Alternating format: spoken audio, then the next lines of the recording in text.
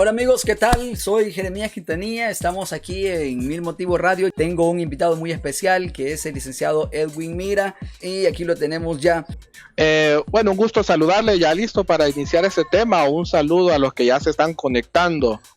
Coméntenos un poco en esta coyuntura que vivimos en el mundo, en este momento de conflicto que estamos viviendo a nivel mundial, ¿verdad? No solamente de algún lugar.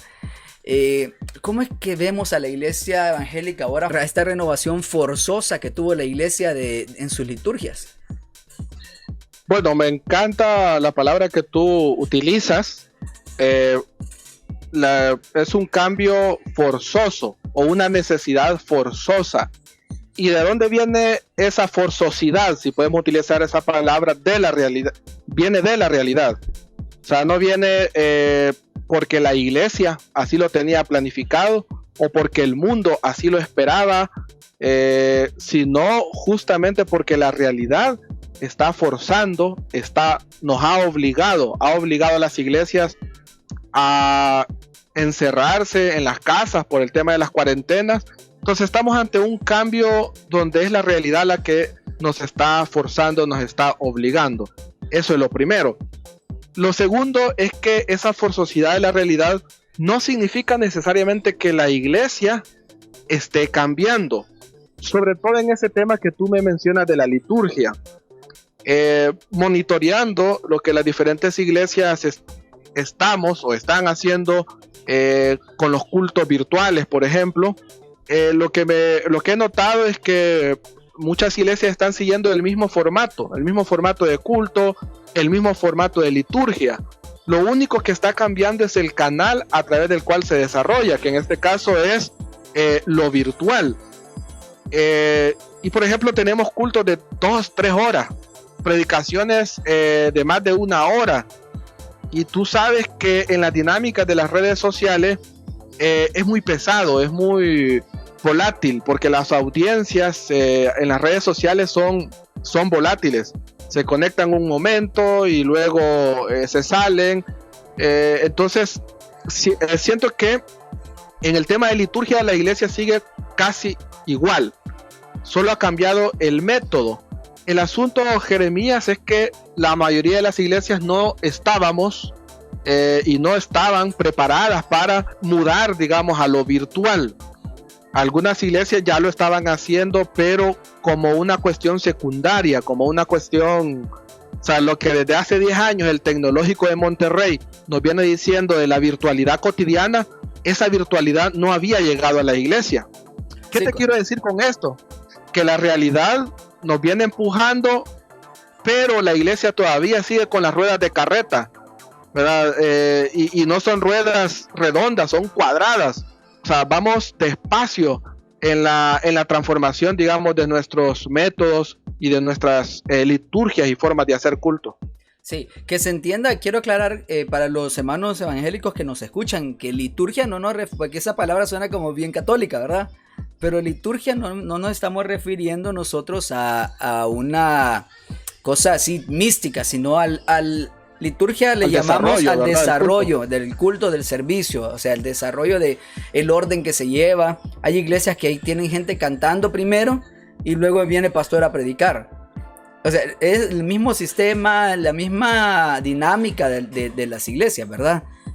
A eso se refiere usted cuando dice que en realidad no estamos cambiando todavía. Igual, la predicación duraba 50 minutos en vivo y ahora que estamos en internet también duran 50 minutos, 1 hora o más. Si lo que cambia quizás es el tiempo de la ofrenda, ¿verdad? Es correcto. Creo que como iglesias tenemos que movernos a las necesidades de lo virtual, ¿verdad? A las necesidades de las casas, por ejemplo, desde los horarios.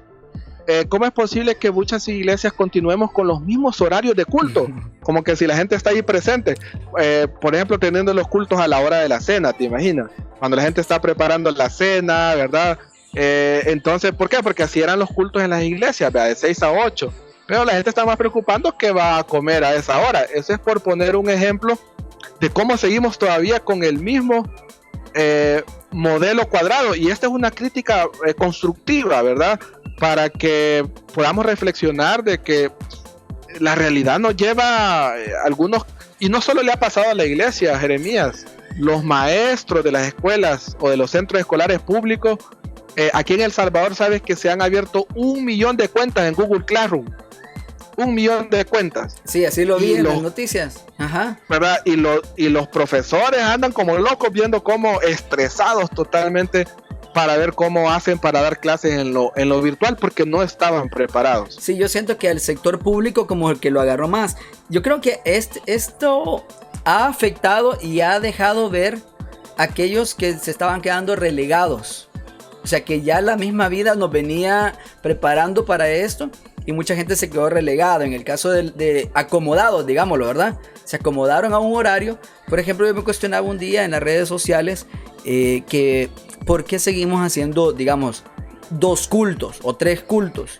Si antes eran los 3 cultos, porque digamos, no toda la gente podía llegar en la mañana, no toda la gente podía llegar en la tarde, pero ahora tenemos mucha versatilidad. Si digamos, esta entrevista que estamos haciendo, la empezamos a transmitir a las 3:15, alguien la va a ver a las 7 de la noche, alguien la va a ver a las 9, alguien la va a ver mañana, y así, y esto se puede seguir reproduciendo. Entonces, todavía quizás nos falta como conocer, ¿verdad? O adaptarnos, digamos, hacer esta metamorfosis que estamos hablando ahora. Y esto ha ocurrido a través de la historia, licenciado. Esto ha pasado a través de la historia. No es la primera vez que nos toca como replantearnos la fe.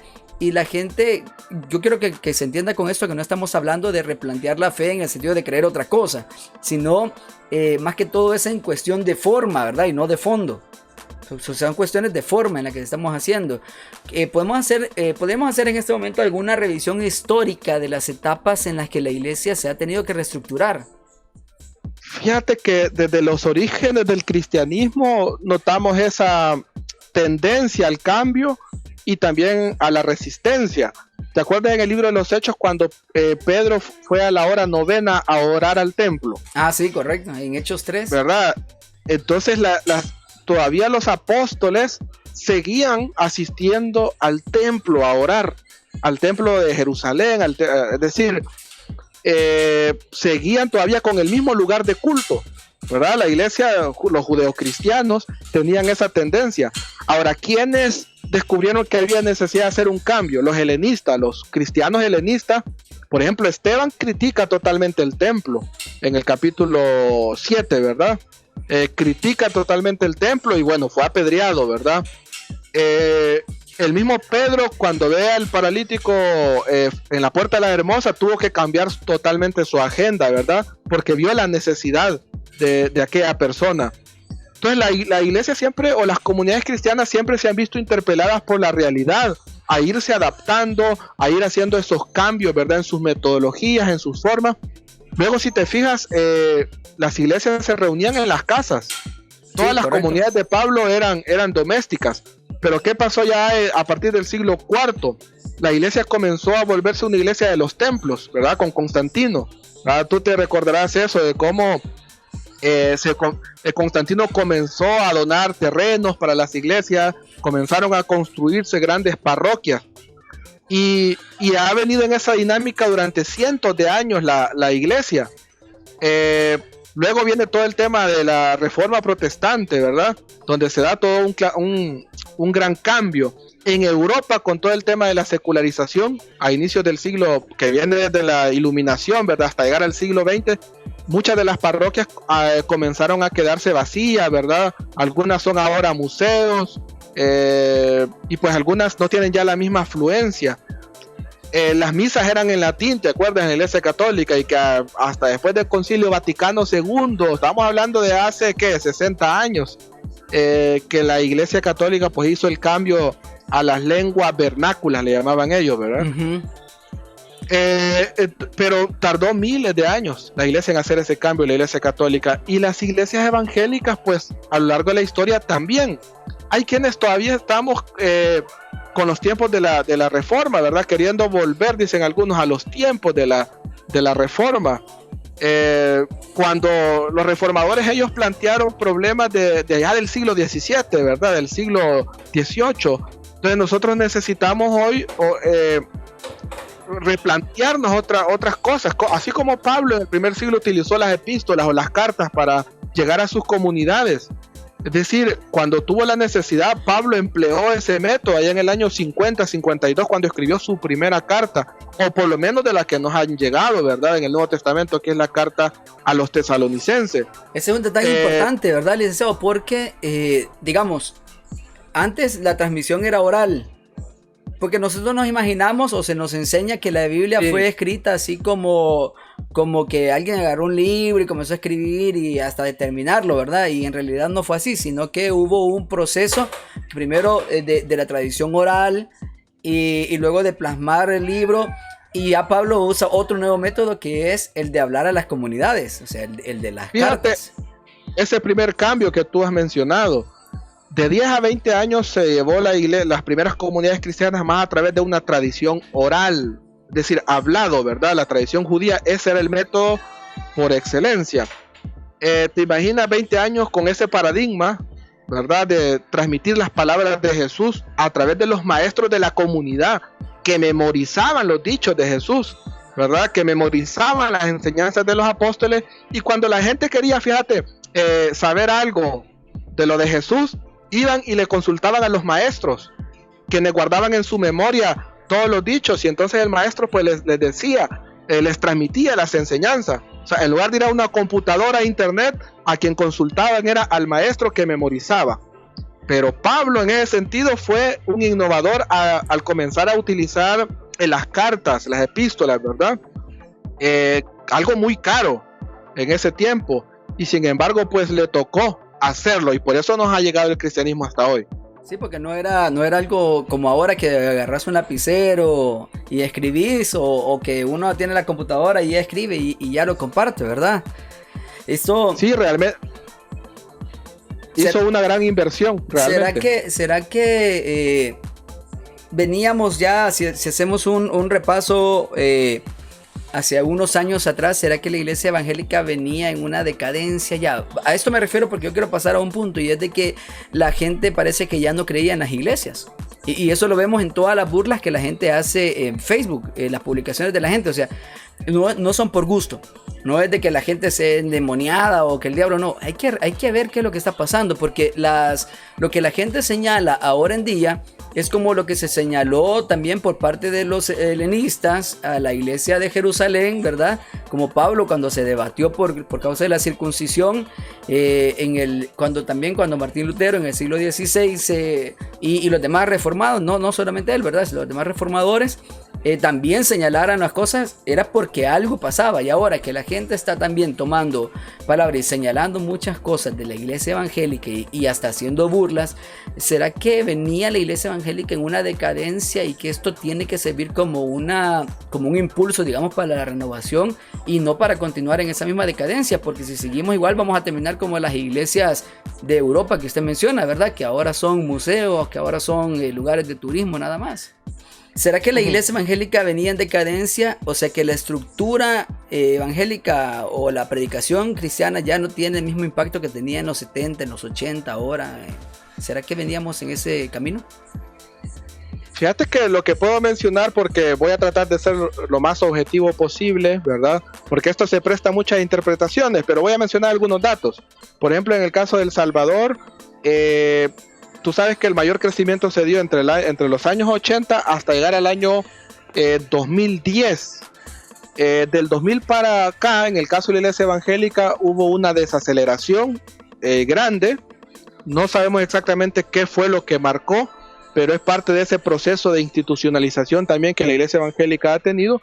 Y de hace aproximadamente por lo menos 5 años, aunque algunos dicen que un poco más, la iglesia evangélica pues ya no experimentó ningún crecimiento numérico, por el contrario, un estancamiento.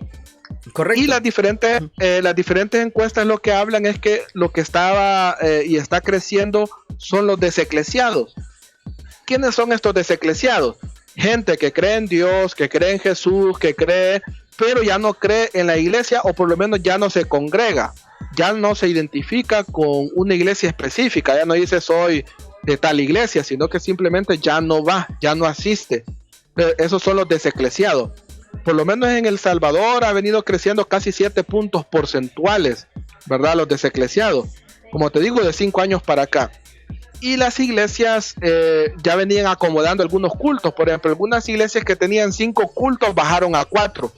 Fíjate, eso antes de esta pandemia, o sea, ya venía como bajando. Pero realmente la iglesia no estaba viendo como un signo realmente de hacer un cambio sustancioso para poder... y sabe, los deseclesiados más grandes están en la juventud, en las nuevas generaciones. Y justamente ahí estamos en un rompimiento. Y perdón que me extienda un poco en esto, pero no puedo darte respuestas rápidas. Lo que está pasando, por ejemplo, en la iglesia evangélica en El Salvador es que ya ha llegado un momento histórico que necesita un cambio generacional en el liderazgo. Tenemos líderes de 30, 40 años dirigiendo mega iglesias, aunque algunas pues ya están relevando generacionalmente, pero los pastores que ya son mayores, por supuesto, con mucho respeto, ¿verdad? Porque tienen años de ministerio, pero eso vuelve más difícil realmente hacer el cambio. No hay un relevo generacional, ¿verdad? Las denominaciones están todavía con sus liderazgos. Entonces, ¿cómo los líderes que son de hace 30, 40 años van a lograr conectar con las nuevas generaciones? O sea, es bien difícil. Conectan con la generación de los 80, de los 90, pero no está pasando lo mismo que en la política. Si te fijas, por ejemplo, en El Salvador, por ejemplo, mucha de la política que se está haciendo es de los 80, de los 90, con himnos que vienen desde los años 80, con lemas que vienen de los 80, de los 90, y no se renovaron. ¿Y qué pasó? Hubo un cataclismo, ¿verdad?, electoral, un cambio de liderazgo en el país. ¿Y quiénes lo han llevado ese cambio? Son las nuevas generaciones que se mueven más en el Twitter, que se mueven más en las redes sociales, pero hasta el día de hoy, esos políticos tradicionales no están viendo el cambio en la sociedad. De alguna manera a la iglesia le ha pasado lo mismo.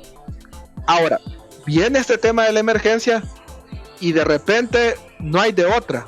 Lo único que tenés es lo virtual, lo único que tenés son las casas, que de cuando se ha venido diciendo que la iglesia tiene que salir de las 4 paredes, que la iglesia no es el templo físico, que la iglesia no es la gran cantidad de personas reunidas, sino que es algo que se vive más en la realidad, ¿verdad? En la realidad cotidiana. Entonces la misma realidad nos está empujando a hacer ese cambio, ¿verdad? Si no, pues, si la iglesia no camina junto a la realidad, se da justo lo que tú mencionas. Puede venir un periodo de decadencia si es que ya no había comenzado hace 5 o 7 años. Podemos ver también que la iglesia necesita ser más social, ¿verdad? Porque la iglesia estaba como aquellos discípulos cuando Jesús se fue viendo hacia el cielo. Y yo creo que ahora se ha demostrado mucha parte del cristianismo que están viendo hacia el cielo. ¿Por qué? Porque sienten que el anticristo ya viene, que el nuevo orden mundial, que esto ya se va a acabar, y caen y han caído como en esa vana esperanza de decir vámonos ya para el cielo. Yo creo que hay mucha parte de la iglesia viendo hacia el cielo, y que es necesario que nos acerquemos una vez más y les digamos como aquellos ángeles que hacen viendo hacia el cielo, porque aquí hay tanto que hacer, ¿verdad? Definitivamente, y puede ser algo polémico, pero bueno, la Biblia dice el día y la hora nadie lo sabe, y estas situaciones tampoco es que nos estén diciendo ya es el fin del mundo. Definitivamente no. Esto va para largo, lo demás le pertenece a Dios, ¿verdad? No nos pertenece a nosotros decir que si ya es el tiempo, ¿verdad? Lo que sí podemos hacer es ponernos a trabajar como tú dices. Yo quiero mencionarte algo, Jeremías, con esto de la decadencia y que a veces a la iglesia le cuesta llegar o llega tarde a ver la realidad. ¿Tú te has dado cuenta que ha aumentado el tema de la violencia intrafamiliar? Correcto. Y el tema de los suicidios? Sí. Lo que está pasando, dice Giannini, que es un filósofo chileno, que la vida cotidiana se compone de la casa, la calle y el trabajo, y que esos 3 elementos configuran la vida cotidiana. Ahora, en este momento toda la cotidianidad está concentrada en la casa. ¿Por qué? Porque las calles están solas, porque solo el 20% de la población está trabajando. ¿A dónde está concentrada toda la realidad en este momento? En las casas. ¿Desde cuándo venimos, Jeremías, con el tema de la violencia doméstica? ¿Desde cuándo venimos con el problema de los suicidios? ¿Desde cuándo hoy que está saliendo el tema del hambre? Son casi 800 Sí. millones de personas que sufren, que se van a dormir según la organización esta que reparte alimentos, el PMA. Son 800 millones que se van a acostar con hambre. Y ahí, yo creo que ahí es donde viene la reestructuración que tenemos que tener mentalmente como iglesia, ¿verdad? Sí, claro, la sociedad le está poniendo hoy atención al tema de la violencia doméstica, que se han aumentado las denuncias. Claro, tenés a las familias conviviendo, ¿verdad? Conviviendo más tiempo pero esa crisis familiar, esa crisis de violencia viene desde hace muchos años. Entonces, pero ¿cuánto vamos a despertar a esa realidad? Y ver esa realidad que está pasando en las casas. Adelante. ¿Qué aspectos de la organización eclesial serán los que debemos renovar? O sea, me refiero, ¿usted sugiere de que hay un cambio de liturgia, digamos, o que la iglesia tendría que enfocarse más al área social, incluso en las doctrinas que estamos predicando? Fíjate que, yo he venido trabajando un poco este tema de la cotidianidad. Creo que la iglesia tiene que insertarse más en la vida cotidiana. Tenemos una vida cotidiana que está configurada por el mercado. O sea, las estructuras sociopolíticas han configurado la cotidianidad de la gente. ¿Qué comemos? ¿Dónde compramos? ¿Dónde vivimos? ¿Cuántas horas le dedicamos al trabajo? ¿Cuánto tiempo tenemos que dedicar para comprar? O sea, tenemos una sociedad configurada totalmente por el mercado. Y muchas veces como iglesia nos hemos metido en algunas burbujas eclesiásticas, en nuestros templos, en nuestras actividades, y nos hemos desentendido de la realidad cotidiana de las personas. Yo creo que el primer cambio que tiene que ver en la iglesia es más de enfoque de hacia dónde. Y eso comienza por el tema de cómo estamos concibiendo la espiritualidad, ¿verdad? Yo sostengo que debe haber una espiritualidad que sea más cotidiana. Jeremías, hoy que no estás yendo a la iglesia, ¿te sentís más lejos de Dios? No, para nada. O sea, y ahí donde puedes cuestionarte, bueno, y entonces, ¿para qué necesito el templo? Si yo aquí en la casa me conecto, es más, hay un amplio menú de predicadores que uno puede ver, de iglesias que están transmitiendo en vivo, entonces cualquiera puede preguntarse, bueno, en la casa oro. O sea, mucha gente se está cuestionando, ¿verdad? Claro, la gente quiere ir de nuevo al templo por el tema social, ¿verdad? Ir a ver al pastor, ir a ver a los hermanos, abrazarse de nuevo, ¿verdad? Pero ¿cuánto tiempo va a durar eso? Entonces la iglesia tiene que ir hacia una cotidianidad, ¿verdad? Una espiritualidad más cotidiana, encontrarnos con Dios no en el templo, sino en todas las esferas de la vida. Y si el templo tiene sentido para que siga existiendo, que sea nada más un espacio para reunir, ¿verdad? Para reunir a todos los miembros y prepararlos para la vida cotidiana. Si no hace eso el templo, va a ser sustituido por otros espacios, y es donde pues la iglesia tiene que prestarle atención. Pero cuando nos referimos al templo, no estamos hablando del local, ¿verdad? Estamos hablando de la organización, de la infraestructura. Y será, pastor, de que algunas iglesias van a perder sus templos en este tiempo. Fíjate que, bueno, es muy probable. La realidad de las iglesias realmente son bien distintas, ¿verdad? Pero esto va a depender de qué tan larga sea o dure, digamos, esta cuarentena. Lo que está claro es que muchas iglesias van a quedar endeudadas, sobre todas aquellas que tienen préstamos hipotecarios, que están pagando terrenos, que están pagando diferentes cosas. Después de esta pandemia van a estar endeudadas de 1 a 3 años aproximadamente. Eso va a depender, como te digo, de la duración. Eso va a detener muchos proyectos eclesiales, ¿verdad? De infraestructura, de un sinfín de cosas que se tenía pensado. Pero ahí es donde yo te mencionaba el tema de la espiritualidad. Pero lo segundo, y que va relacionado con tu pregunta, es cambiar la pastoral. O sea, la pastoral tiene que ser más en base a las necesidades de la vida cotidiana.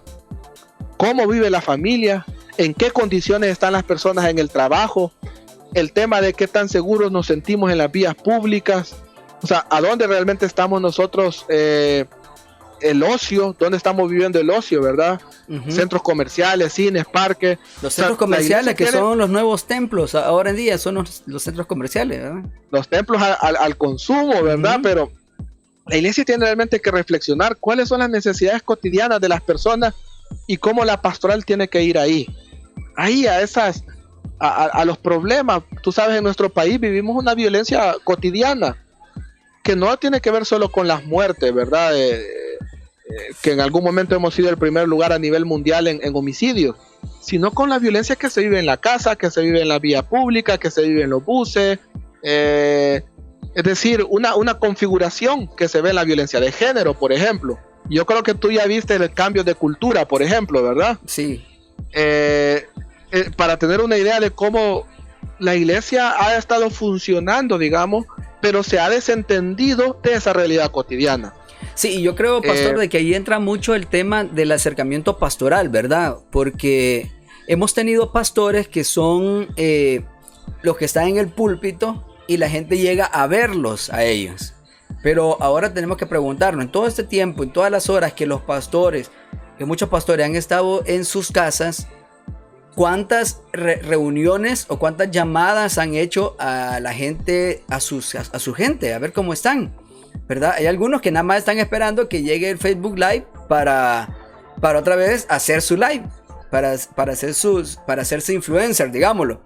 Pero también tenemos que renovar esa parte, porque ahora no es de decirle a la iglesia, bueno, a ver cuando nos volvemos a abrazar todos, hermanos, sino les está llamando, ahora que está en su casa, les está llamando, les está haciendo videollamada a la gente para ver a la familia, para platicar con ellos. Yo creo que también debe ser ese como un cambio, ¿verdad? De mentalidad pastoral. Yo digo, ojalá que revaloricemos ese elemento de interacción, fíjate. Que podamos, tú sabes que la sociedad en la que estamos viviendo es muy individualista. En las iglesias grandes se da, la gente llega, se sienta, participa en la alabanza, oye la prédica y se va. Como ir a un restaurante, consumió, digamos, la predicación, consumió el culto y se fue. Y eso no es el cristianismo. El cristianismo es compartían el pan, comían juntos. Entonces, ese elemento de interacción, eso es como, por ejemplo, cuando tú ves un paisaje todos los días, tú pasas por ejemplo, en tu lugar, tú vas al trabajo, digamos, y pasas todos los días en ese lugar. Tal vez la vereda por la cual tú pasas es muy bonita, hay árboles, hay colores, pero tú pasas totalmente desapercibida esa realidad, y la pasas desapercibida porque la vives todos los días. Correcto. Entonces, eso está pasando en este momento con el tema de la cuarentena, que muchas cosas que ya le habíamos perdido el valor, hoy que estamos encerrados, lo estamos valorizando. Eso es como la playa, ¿cuántos no extrañamos la playa, verdad? Sí. Pero hay cosas más importantes también, no solo como la playa, ¿verdad? Sino yo que ya tenía planeado mi viaje al Caribe y se me bloqueó. La iglesia de verdad tiene que ponerle más atención a esas cosas que habíamos perdido, ¿verdad? Esa interacción social más comunitaria y menos así. Menos escenario, creo yo, ¿verdad? Exactamente, ese es el punto. Un consejo para los pastores que nos están viendo este video sería, hágale una videollamada a su gente. Yo creo que eso alegraría mucho a las personas. O sea, me llamó el pastor. Ni la mano me daba antes, pero ahora me llamó. O sea, no hay ni siquiera de que no tengo su número o algo, solo busca en Facebook, le pego una llamada y suficiente. Tenemos que desarrollar ese acercamiento, sería un buen cambio también.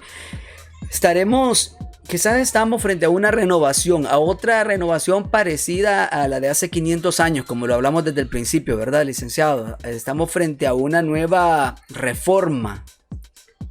¿Qué pueda pasar con aquellos que no quieran reformarse? Yo estoy de acuerdo con este tema de la reforma, pero no estoy tan seguro que esta reforma necesaria, o sea, lo teológico siempre tiene que estarse reformando, pero no va a ser marcado tanto por una reforma en lo teológico. Fíjate, a mí se me ha metido eso en la cabeza de que no pasa por una reforma ni doctrinal ni teológica, sino es una reforma más en el tema de la espiritualidad, de la pastoral, de la manera como la iglesia, de la praxis, llamémosle así, ¿verdad? Una reforma de la praxis de la iglesia. Porque, por supuesto, yo comprendo que para tener una mejor praxis tenemos que cambiar algunas posturas teológicas, pero ese cambio de algunas cuestiones teológicas va a venir por darnos cuenta, por acercarnos a la realidad, pues. como Moisés. ¿Cuándo fue que Moisés cambió? Moisés cambió no por una concepción teológica.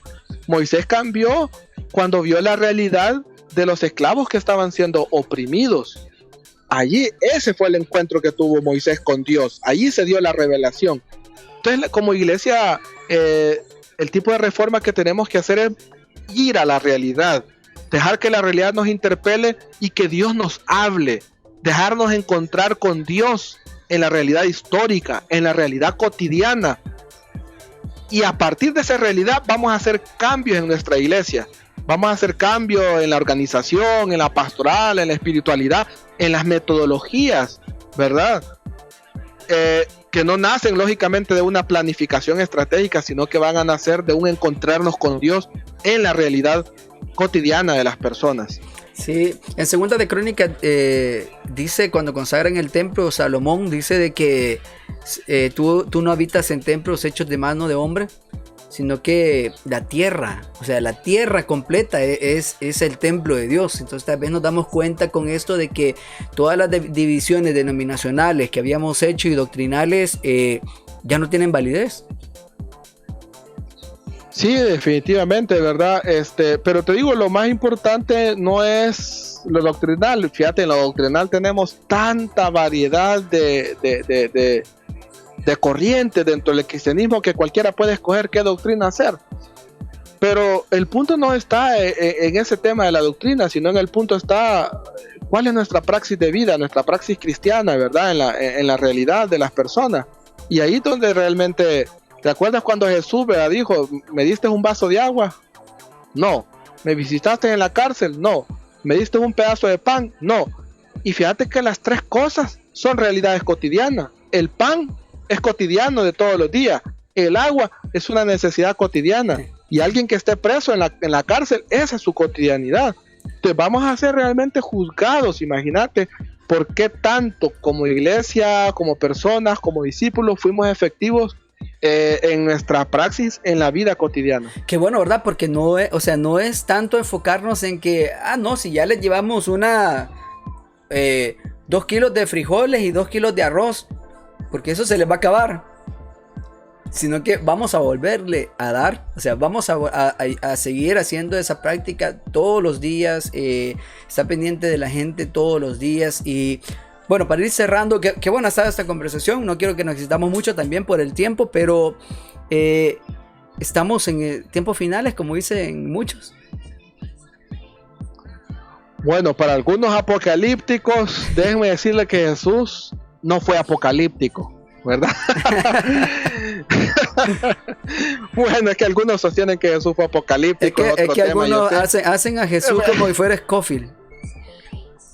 Sí, y bueno, de repente alguna gente se asusta, fíjate, pero Jesús decía, el reino de Dios está entre vosotros, ha llegado, ¿verdad? Y anunció el reino de Dios. Entonces hagamos lo mismo, anunciar el reino de Dios, ¿verdad? Toda su justicia, construyamos un mundo distinto, un mundo diferente, en lugar de estar pensando en que viene una hecatombe ya, ¿verdad? Alarmarse en el sentido pues de que como que esto se va a acabar, ¿verdad? En ese sentido lo digo. Sino más bien es una oportunidad para servir. En la medida en que sirvamos y dejémosles esa otra cosa del fin de los tiempos, dejémoselo a Dios, ¿verdad? Es ya el fin del mundo, vas a restaurar el reino de Israel, decían los discípulos, y a ustedes qué les importa. Esa es la respuesta correcta. Ajá. Sí. La traducción al salvadoreño es ¿qué les importa a ustedes, verdad? Sí. Sino que ustedes sean testigos en el mundo, ¿verdad? Del amor de Dios, sean testigos de este evangelio. Y ese es el llamado que nos hace Dios. Dejemos de estar pensando ya en que este volado es un apocalipsis. Mejor hagamos realidad el reino de Dios y dejémosle lo otro a Dios. Mirá, y los dolores de parto es el fin del mundo. No, es el inicio de algo nuevo, ¿verdad? Ajá, exactamente, es el parto. Viene una vida nueva. Eso es lo que tiene que anunciar la iglesia, ¿verdad? Claro, la mujer que está embarazada y teniendo pues un hijo, me imagino que siente que es el fin del mundo, pues, ¿verdad? Pero no es el fin del mundo, sino que es el comienzo de una vida nueva. Ese es el parto de la nueva creación que la iglesia tiene que predicar. Muy bien, bueno, muchas gracias por habernos acompañado, alguna conclusión que quiera compartir para los hermanos pastores también que nos están viendo, toda la gente. Este es un momento histórico. Y como momento histórico, quizás tengamos solamente esta oportunidad para reflexionar, para pensar, para dejarnos guiar por Dios, por su Espíritu. Porque las reformas no las hacen los seres humanos. Las reformas vienen dadas por el Espíritu de Dios, por la guianza. Dejémonos guiar por Dios, porque es el Espíritu el que está moviendo también a su iglesia a cambiar, a ser transformada. En la medida en que nos dejemos guiar, no tenemos nada que temer, siempre y cuando seamos obedientes y hagamos cambios, aunque no nos parezcan a nosotros, ¿verdad? Porque rompe con nuestra comodidad o con nuestra zona de confort. Excelente. Bueno, muchas gracias a todos. Vamos a estar en otro tema, licenciado, también hablando acerca de otros tópicos también que tenemos por ahí para estar compartiendo en este canal. Así que con gusto, estoy a la orden, siempre. Ok, muchas gracias. Bueno, ahí teníamos al licenciado Edwin Mira, aquí en Teologando. Gracias a todos por habernos acompañado y que Dios nos bendiga a todos.